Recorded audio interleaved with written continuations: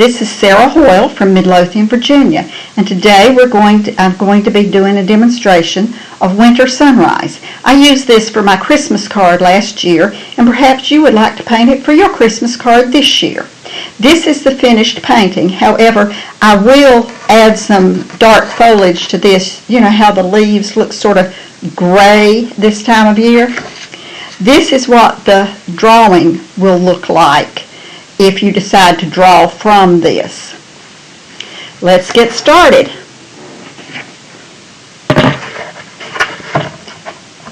I'll show you what colors we will be using, pigments we will be using for our painting. For our sun, we're going to be using a New Gamboge hue, which is a warm yellow. For the sky, we're going to be using cadmium red light. Now, if you don't have cadmium red light, you can mix alizarin crimson and the warm yellow and come up with an approximation of that. For the background trees, we will be using cerulean blue and the cadmium red light to make this purpley gray. For the foreground tree, we will be using ultramarine blue and burnt sienna. And mixing that, and it will make almost a black. Actually, it can make a black. It's one of my favorite blacks. We will also be using raw umber for the bank of the stream, etc. So let's get started. First thing we're going to do is wet the sky.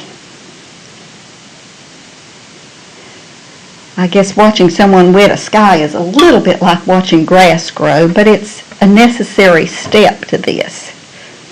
I'm being very careful to stay right where it is. Then we're going to get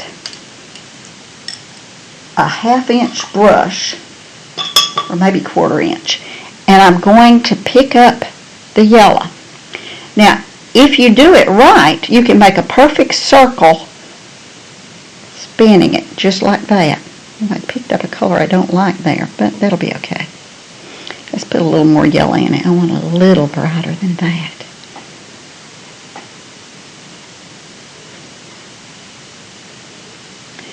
No, I did not lose my sunshine because I'm taking a tissue and I'm balling it up and I'm going to put it right in the center for my sunshine.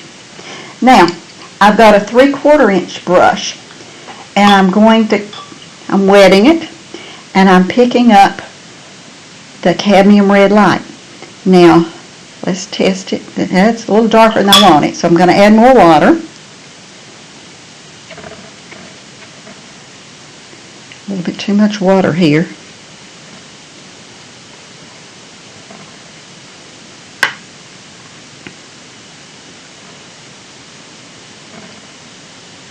I'm painting around the sunshine.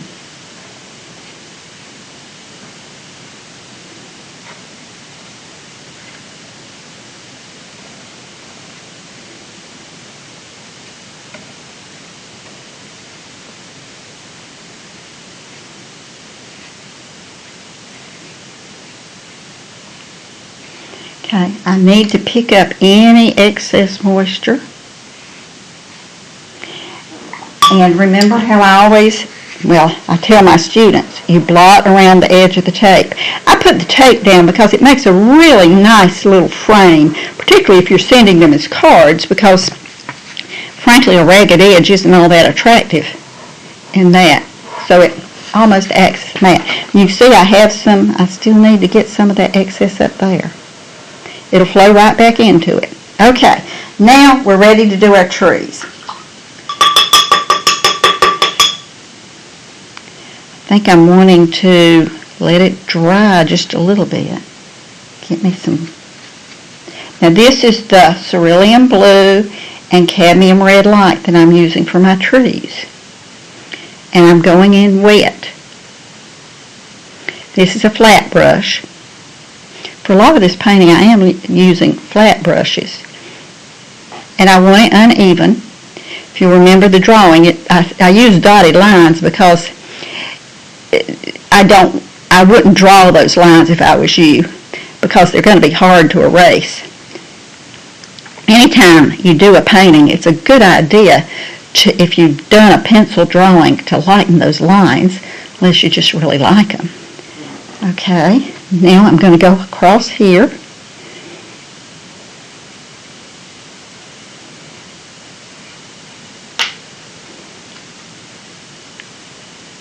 There's a glare on this that's bothering me. I hope it's not bothering you. It's because it's so very, very wet.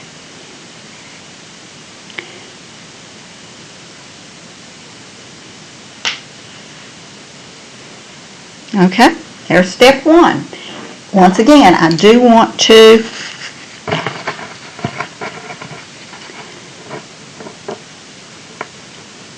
get the excess paint up because I don't want it to bleed back. That would be a fatal mistake. Okay, step one. Step two is the snow on the bank. Now, if you'll recall, let me get this lined up perfectly. Thanks to my husband who's helped me get all this ready. He is my, I guess one can say, my producer in this. Okay, we're going to use cerulean blue because that makes a real nice soft snow color. And we are painting, I'm going to use my smaller flat, I think. We are painting a little bit into the stream. Now remember, this is another painting, so it's dry. I've done several paintings of this. Okay, now immediately I need to soften that because the last thing I want is hard edges in snow. That would be a bad thing. So I'm going to just wet the rest of it. Okay, now I'm going to go and I'm going to do the same thing on this side. I'm going to come in, I want it a little darker this time. I'm getting it.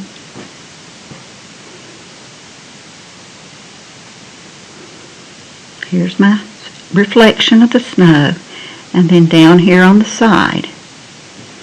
Once again, I need to soften.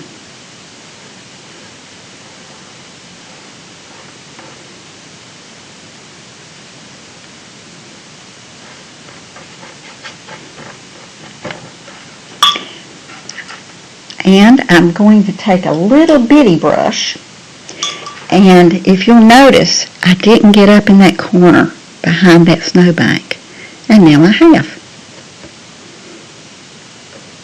Okay, and then we do need to remember that that tree is going to cast a shadow from the sun, so I'm going to go in and just put in a little. Now that's darker than I want, but that's easy to fix. You just go back and lift. I wet the brush, I dampen it off on the towel. I have a towel I'm painting that's always right next to me when I'm painting to dry out the brush a little bit. Okay, now let me get rid of any. Now I don't mind hard edges there because it is the shadow of the tree.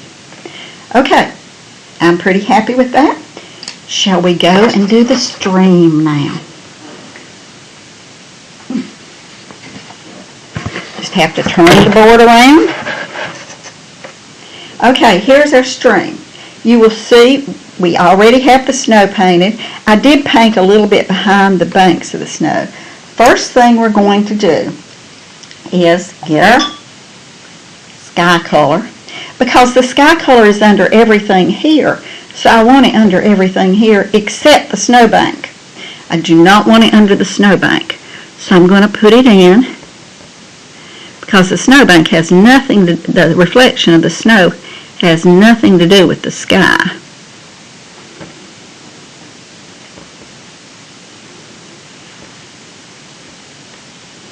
think I'm going to get me a round brush for this.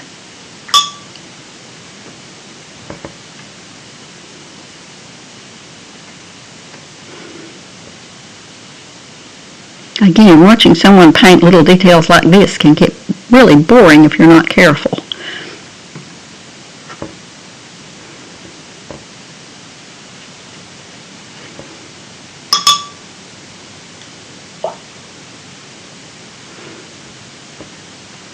I'm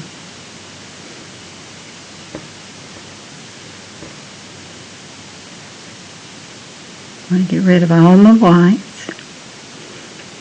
Now you've lost where the snowbank is at this point, but don't worry, we're going to get that back. Okay, now the next thing that is in front of the sky are the trees. So we're going to put in some trees at this point, and they should be probably about the same color as the other tree, as the trees, because it's painted on top of the red.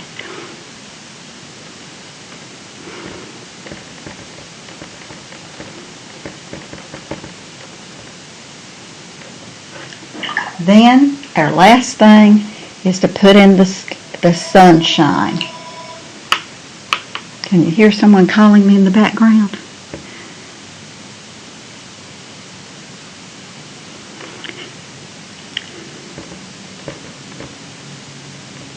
Now you want to make sure that the reflection of the sun is under the sun. Okay, that's our stream. After we've done the stream and the sky and the snowy bank, we get to do our tree. Now, for the tree, I want you to get the smallest rigger you possibly can find, because it will work better if you do that. And trees grow up. So you always start a tree at the bottom, and then you take the line up. Then I'm going to start it again, and I start it even though I've already painted that, because that makes it get bigger.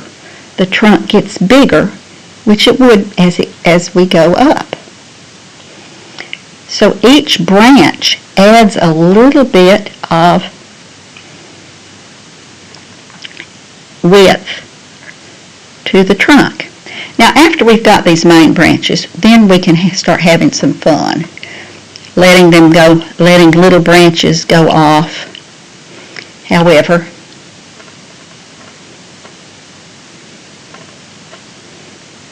can you see I'm sort of flicking it as I do? Whoops, didn't like that. I can fix that though.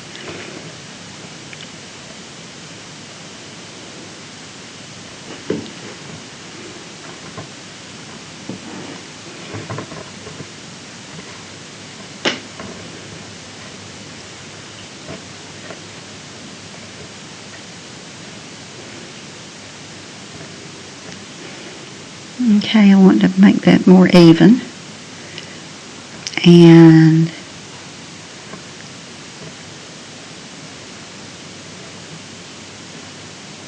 just adding a few more.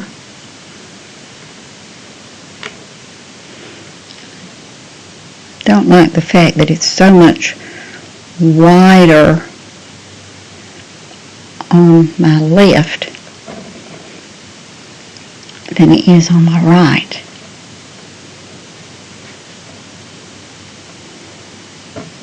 Okay, now I want a little shrubby thing down here too.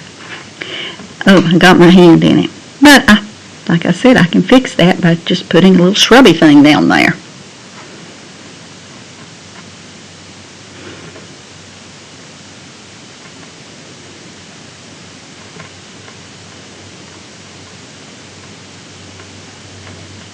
Got a few more over here too. You know, you can't mow the grass real well around the tree. Then I want to take a very small brush, and I've already done this. I guess I did that when I was doing the stream, but we're going to put a little bank of the snow right there, and that helps us realize that that is indeed the where the bank is.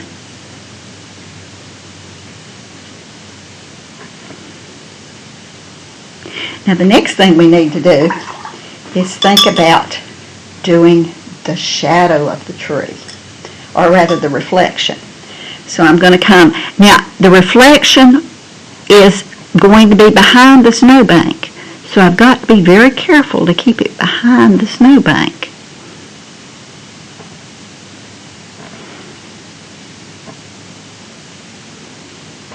Then that one comes out about there, and I'll put some little branches on it. And then this one's going to come out about here.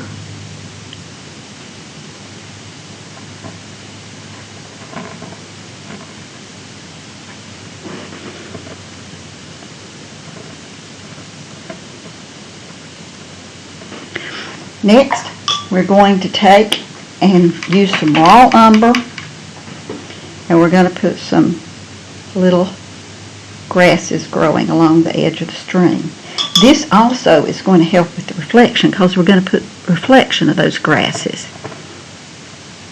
Remember, if the grass grows that way, the reflection grows that way. That's really important. Let's put a few up here too. Some going actually behind that bank.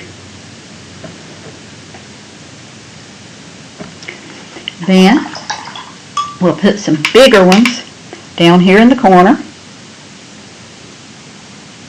just to sort of put it off. Now, I hadn't told you about this color, but I'm going to use some raw sienna too on these because I want to. My painting, I can do it. Okay, last thing we're going to do is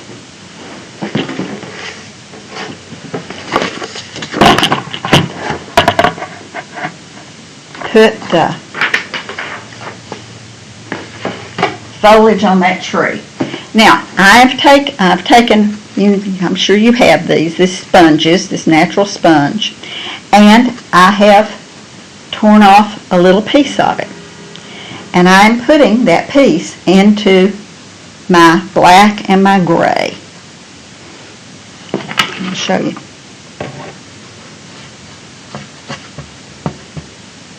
Then I'm just going to dab around.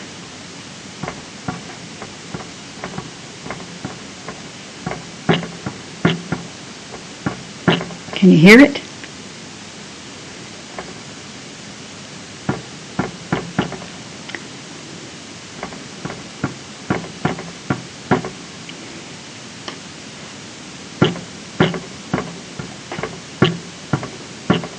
Now, in front of that tree, I'm going to do something a little bit different. I'm going to get some burnt sienna on it.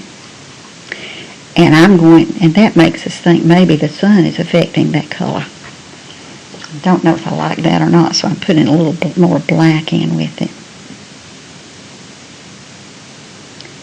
And all I have to do now is sign it. Thank you for watching. I hope you enjoyed this painting, and maybe I'll do another one next time. Sarah Hoyle in Midlothian, Virginia.